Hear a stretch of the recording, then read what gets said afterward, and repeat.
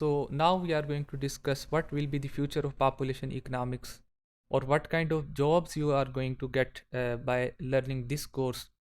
Population economics is a very useful tool because in future population dynamics will play a major role in development process of most of the countries because there will be a demand and supply gap of young people in the world between advanced and developing countries.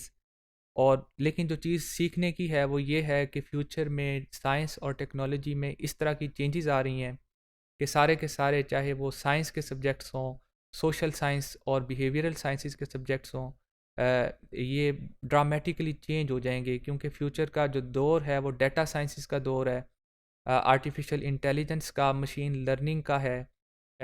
اب اس قدر زیادہ data collect کیا جاتا ہے کہ اس کو ہم big data کہتے ہیں، اور بگ ڈیٹا کی مدد سے انسانوں کے جو کریکٹرسٹکس ہیں ان کا انالیسس ڈیپلی کیا جا سکتا ہے. اور فیوچر میں ظاہر ہے یہ سارے کے سارے سبجیکٹس میں ان چیزوں کا یوز ہوگا. تو اگر ہم لوگ یہ نہیں سیکھیں گے کہ یہ جو لیٹسٹ ٹیکنیکس ہیں اسٹیٹسٹیکل اور جو سافٹ ویئرز ہیں اور مشین لرننگ ہیں، تو ہم ایک لگی بندی باتوں کو پڑھتے رہیں گے، لیکن ہماری جو پریڈکشنز ہوں گی اور جو ہمارا جو فیوچر ہوگا وہ اتنا برائٹ نہیں ہوگا کیونکہ ہم دنیا کا مقابلہ نہیں کر سکتے ان چیزوں کو پڑھے اور سمجھے بغیر. اس لیے جتنی بھی لیٹسٹ ٹیکنیکس ہیں جیسے کہ مشین لرننگ ہے اور آرٹیفیشل انٹیلیجنس ہے اور بگ ڈیٹا سائنسز ہے اور سائنس کے جو دوسرے ٹولز ہیں ان کو اب پاپولیشن کریکٹرسٹکس پہ دنیا اپلائی کرتی ہے. ووٹنگ بیہیویئر لوگوں کا کیا ہوگا، یہ کس قسم کی ڈیمانڈ کرتے ہیں، ینگ لوگ کیا کرتے ہیں، بوڑھے لوگ کیا کرتے ہیں، ان کے جو ڈیمانڈ پیٹرنز ہیں، ان کے بیہیویئرل پیٹرنز ہیں، لاکھوں کروڑوں کی تعداد میں ان کے جو فیچرز ہیں وہ لوگ فیس بک سے، انسٹاگرام سے، واٹس ایپ سے، لوگوں کے فیشیل ایکسپریشن سے، لوگوں کے انٹرسٹ سے، جو پوسٹ آپ اپلوڈ کرتے ہیں، ان ساری چیزوں کو ہر وقت یہ لوگ انالائز کرتے رہتے ہیں اور اس کی بنیاد پہ ان کو پتہ ہوتا ہے کہ کون سی قوم، کس طرح کا معاشرہ، کس قسم کا گروپ فیوچر میں کیا کرے گا، ان کی اٹینشن کیا ہے، یہ کب خرچ کریں گے، کس چیز پہ خرچ کریں گے. یہ ساری چیزیں بگ ڈیٹا سائنسز کی مدد سے ممکن ہوتی ہیں.